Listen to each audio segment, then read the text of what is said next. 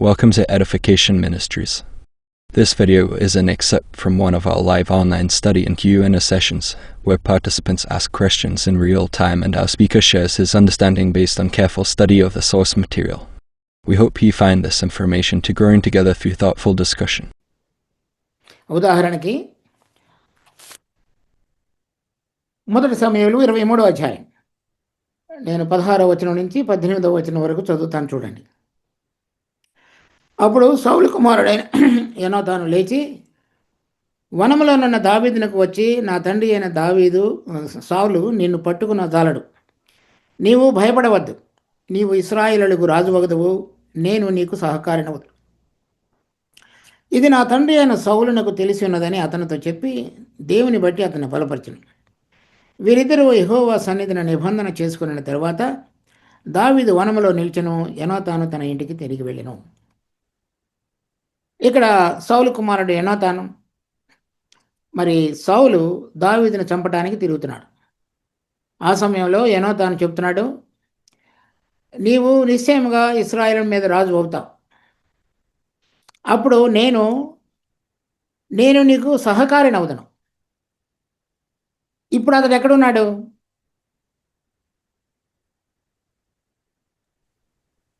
చెప్పాలి, బైబిల్ స్టడీలో ఇన్వాల్వ్ అవ్వాలి, మీకు అందరికి తెలుసు కదా. ఎక్కడున్నాడు? దావీదు దగ్గర ఉన్నాడు.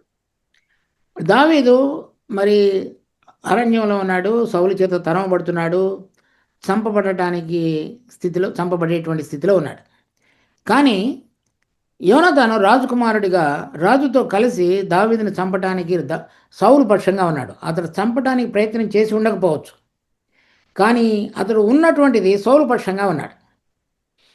అతడు కనుక ఈ దావీదుని దేవుడు రాజుగా నియమించున్నాడనే విషయాన్ని అర్థం చేసుకున్నాడు. నువ్వు నిశ్చయముగా రాజు అవుదు, కానీ తన తండ్రిని విడిచిపెట్టి దావీదు పక్షంగా వచ్చి, లేక కనీసం దావీదు పక్షంగా రాకపోయినా తన తండ్రి పక్షంగా నిలవకుండా కూడా ఉండాలి. అలా ఉండకుండా తండ్రి పక్షంగా ఉండి దావీదు రాజు అయిన తర్వాత మరలా దావీదుతోటి సహకారిని అవుతాను అని చెప్తున్నాడు. అక్కడ మనం ఆ హృదయాన్ని చూడాలి. ఇప్పుడున్నటువంటి పరిస్థితిలో తన తండ్రి అయినటువంటి సౌలుతోటి ఉండటానికి ఇష్టపడుతున్నాడు. దావీదు రాజు అయినప్పుడు అతనితో పాటుగా ఉండటానికి ఇష్టపడుతున్నాడు. అది సరైనటువంటి హృదయం కాదు. అది అతడు గనక యథార్థంగా దావీదు రాజు అవుతున్నాడు, అది సరైనటువంటిది, తన తండ్రి మంచివాడు కాదని తెలుసుకున్నప్పుడు తన తండ్రిని విడిచిపెట్టి దావీదును హత్తుకుని ఉండాలి. దావీదుకి స్నేహితుడిగా ఉన్నాడు, కానీ యథార్థమైనటువంటి హృదయంతో ఉన్నవాడుగా లేడు. సో ఈ 44వ వచనంలో మనం చదివినటువంటి దాచి ఉంచబడినటువంటి ధనం, అతడు దాన్ని కనుగొని దాచిపెట్టి అమ్మును కొనును అని ఏదైతే వ్రాయబడినదో ఎగ్జాక్ట్గా ఈ యోనాతాను వలె ఉన్నాడు.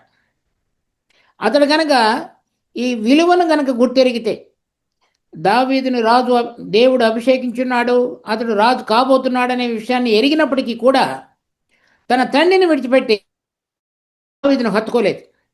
ఎవడైనా తల్లిని తండ్రిని విడిచిపెట్టకపోయిన ఎడల, నాకంటే ఏకంగా ప్రేమించిన ఎడల వారు నా శిష్యుడిగా ఉండటానికి పాత్రుడు కాడు. అలా యోనాతాను విషయంలో మనం చూస్తున్నాం. అది ఇప్పుడున్నటువంటి ఏదైతే ఈ లోకంలో మనకున్నటువంటి ఐశ్వర్యము, సంపద, లేక పరువు, పదవి, అధికారము, లేక చక్కగా స్మూత్గా నడుస్తున్నటువంటి, మెత్తగా ఉన్నటువంటి, మన కంఫర్ట్ కలిగిన, సుఖభోగాలు కలిగినటువంటి జీవితం ఏదైతే ఉన్నదో, దానిలో వచ్చేటువంటి ఒడిదుడుకులను మనం ఏమాత్రం కూడా త్యాగం చేయడానికి ఇష్టపడకుండా పరలోక సంబంధమైన దానిని పొందాలనేటువంటి ఆశ కలిగి ఉన్నాడు. 44వ వచనంలో ఉన్నటువంటి వ్యక్తి అతను. ఇక్కడ ఏదైతే క్రయం చెల్లించాలో అది చెల్లించడానికి ఇష్టపడకుండా దానిని పొందడానికి ఏదైనా అవకాశం ఉంటున్నదేమో అనేటువంటి వెతుకుతూ ఉన్నవాడు కాబట్టి దానిని దాచిపెట్టేశాడు. దాని తర్వాత మొదటి రాజులు 18వ అధ్యాయం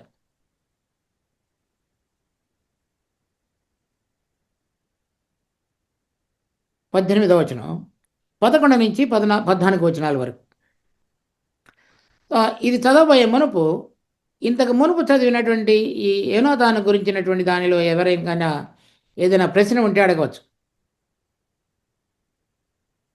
అంటే ఇప్పుడు తండ్రి కదా, ఎంతైనా సరే తండ్రి కదా, తండ్రి రాజుగా ఉన్నాడు ఇప్పుడు. మరి తండ్రితో లాయల్గా ఉండాల్సినటువంటి అవసరం కూడా ఉంది కదా. బట్ దాన్ని గ్రహించాడు దేవుని యొక్క హస్తము దావీదు మీద ఉన్నట్లుగా తండ్రి కూడా అది చూస్తున్నాడు. మరి తండ్రిని తను వదిలిపెట్టలేని పరిస్థితి కదా. సో అదే చూడండి, లూకాసు వార్త 14వ అధ్యాయం.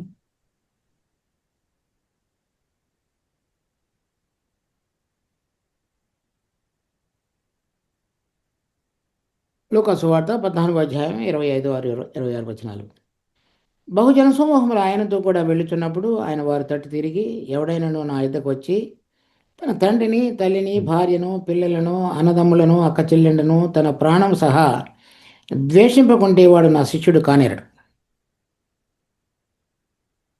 సో ఈ పరలోక రాజ్యం యొక్క ధనం అనేటువంటిది, లేక దేవుని కుమారుడైన యేసు ప్రభువుతో కూడా కలిసి మహిమలో రాజ్య పరిపాలన రాజులుగా చేయటం అనేటువంటిది, ఈ లోకంలో ఉన్నటువంటి మన యొక్క రిలేషన్స్, సంబంధాలు, బాంధవ్యాలు, సంపద, మనం ఈ లోకంలో విలువైనదిగా భావించేటువంటి ప్రతిదీ కూడా దానికంటే ఇది తక్కువ. దీనిని సరైన విధంగా ఒక పక్కన పెట్టగలిగినప్పుడు మాత్రమే దాని యొక్క అవగాహనలోనికి, చెల్లించవలసిన క్రమం యొక్క అనుభవంలోనికి రాగలుగుతాడు. అలా రాకపోతే అది 2 పడవల మీద కాళ్ళు పెట్టి నడుస్తున్నట్లుగా అయిపోతుంది. తర్వాత అతను యుద్ధంలో 2వ రోజు చనిపోయాడు. తర్వాత అది మంచిది కాదు. అతని హృదయం యథార్థంగా ఉన్నట్లయితే అతని తండ్రి చనిపోయినప్పటికీ కూడా అది బతికుండేవాడు. అలా కూడా జరగలేదు. సో ఎప్పుడైతే నాకు కలిగినటువంటి స్థితిని విడిచిపెట్టడానికి ఇష్టపడమో అది దేవుడు చూస్తాడు. హృదయ రహస్యములను ఎరిగిన దేవుడు అని ఆయన పేరు. నేను ఎలా జీవిస్తున్నానో, ఆయనని ప్రేమిస్తున్నానా, నాకు కలిగిన దానిని ప్రేమిస్తున్నానా అనేటువంటిది వెతుకుతాడు, చూస్తాడు. అందుకనే ఆ ఉపమానం చెప్పబడింది అక్కడ. అందరూ ఏమనుకుంటున్నారంటే యోనాతాను మంచివాడు, అతని యొక్క ప్రాణం దావీదు యొక్క ప్రాణంతో ముడివేయబడింది అన్నట్లుగా అనుకుంటాం. కానీ అతని అంతరంగంలో తన తండ్రి ఓడిపోయిన తరువాత తాను బ్రతికి దావీదుతో సహచారిని అవుతానని చెప్తున్నాడు. అది కుదరదు. నేను ఈ లోకంలో ఉన్నది, దేవుడు దేనికైతే నన్ను పిలిచున్నాడో దానికి నేను రెండిటిని పొందగలను. ఎవరినో ఇద్దరు యజమానులకు దాసుడిగా ఉన్న నేరడు. మీరు దేవుని సిరిని సేవించలేరు. అతడు ఉన్నటువంటి పదవిని కోల్పోవడానికి అతడు ఇష్టపడలేదు. అతడు కనుక దావీదు రాజుగా చేయబడతాడనే విషయాన్ని గుర్తెరిగి తండ్రిని కనుక విడిచిపెట్టి ఉన్నట్లయితే, తండ్రి కనుక అతన్ని చంపి ఉన్నట్లయితే అతనికి పరలోక రాజ్యంలో బహుమానం దొరికి ఉండేది. ఇప్పుడు అతని గురించి అలా రాయబడలేదు.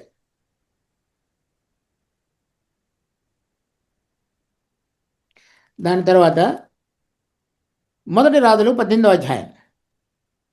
యోనాతానుకు కూడా తెలుసు ఇది. 1 సమూయేలు గ్రంథం 14వ అధ్యాయంలో. సో యోనాతాను ఫిలిస్తీన్లతో యుద్ధం చేసిన తర్వాత వచ్చేటప్పుడు ఈ హనీ తింటే దాని మీద సౌలు చేసిన ప్రతిజ్ఞ మూలంగా అతను చంపడానికి ప్రయత్నిస్తాడు, సొంత తండ్రి అయి ఉంది. సో అది చేసినటువంటి ప్రతిజ్ఞ కూడా చట్టబద్ధమైనటువంటిగా పాత నిబంధనల ప్రకారం ఎటువంటి విలువ కలిగింది కాదు. ఆ విధంగా చూసినప్పుడు యోనాతానుకు కూడా తెలుసు సౌలు ఎటువంటి వాడు అనేటువంటిది. అట్లాగే దావీదు గురించి కూడా తెలుసు ఆయనకి. సో ఆ రెండింటిని చూసినప్పుడు చూసుకుని ఉండాల్సింది. మీరు చెప్పింది సరిపోతుంది దానికి. అంటే కీర్తనల్లో కూడా ఒక దగ్గర రాయబడి ఉంటుంది కదా, ఈ పని చేసిన నీవు నా సహకారివి, తండ్రికి తన మడిమనెత్తెను అనేది కీర్తనల్లో ఒక చోట చేస్తారు. అది ప్రొఫెటిక్ లో చెప్పిందా, లేకపోతే ప్రొఫెటిక్ చెప్పింది? ఓకే. అతడు దావీదు ఎప్పుడు కూడా యోనాతాను స్నేహితుడిగానే గుర్తిరిగాడు. అందుచేతనే మెఫీబోషెతుని పిలిపించుకున్నాడు.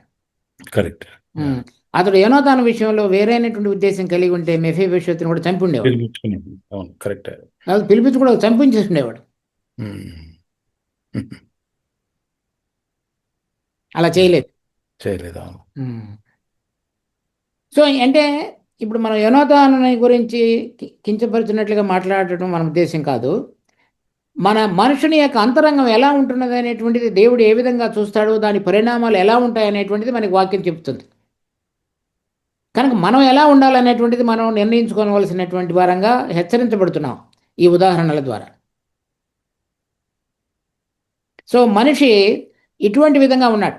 అధికమైనటువంటి క్రైస్తవులమైన మనం అందరం కూడా భూలోకములో ఉన్నటువంటి మన సంబంధ బాంధవ్యాలు కానీ, మనకు కలిగినటువంటి ధనము లేక పదవి, అధికారము, ఇతర సంపదలు కానీ, లేక ఈ లోకంలో మనకి మేలైనదిగా కనబడుతున్నటువంటి మంచి చెడు అనేటువంటి వృక్షఫలం ద్వారా పొందిన జ్ఞానం ద్వారా ఆలోచించేటువంటి దానికి ఆధారంగా జీవించే జీవితాలు కానీ పరలోక రాజ్య సంబంధమైనవి కావు. వాటిని త్యజించడానికి ఇష్టపడినటువంటి వారికే ఆ ధనం, దాని యొక్క విలువ, ఆ క్రయాన్ని, ఆ విలువను గుర్తెరిగినప్పుడు ఆ క్రయాన్ని చెల్లించడానికి ఇష్టపడతారు. ఆ విలువను గుర్తెరిగిన తర్వాత కూడా ఆ క్రయాన్ని చెల్లించడానికి ఇష్టపడటం లేదు అంటే మన అంతరంగము, మన హృదయము ఇక్కడున్న వాటిని ప్రేమించేదిగా ఉన్నది. దాని యొక్క విలువను మనం సరైన విధంగా అర్థం చేసుకోకుండా జీవించడానికి ఇష్టపడుతున్నామని అర్థం. లేక తర్వాత చూద్దాంలే అనుకునేటువంటి ప్రయత్నంలో మనిషి ఉండవచ్చు అని కూడా. ఆ తర్వాత అనేటువంటిది మనలో యథార్థత లేదు అనే దానికి గుర్తు. రేపు చేస్తాను అనేటువంటిది దేవుని యొక్క ప్రణాళికలో అంత ఇష్టకరమైనటువంటి పదం కాదు.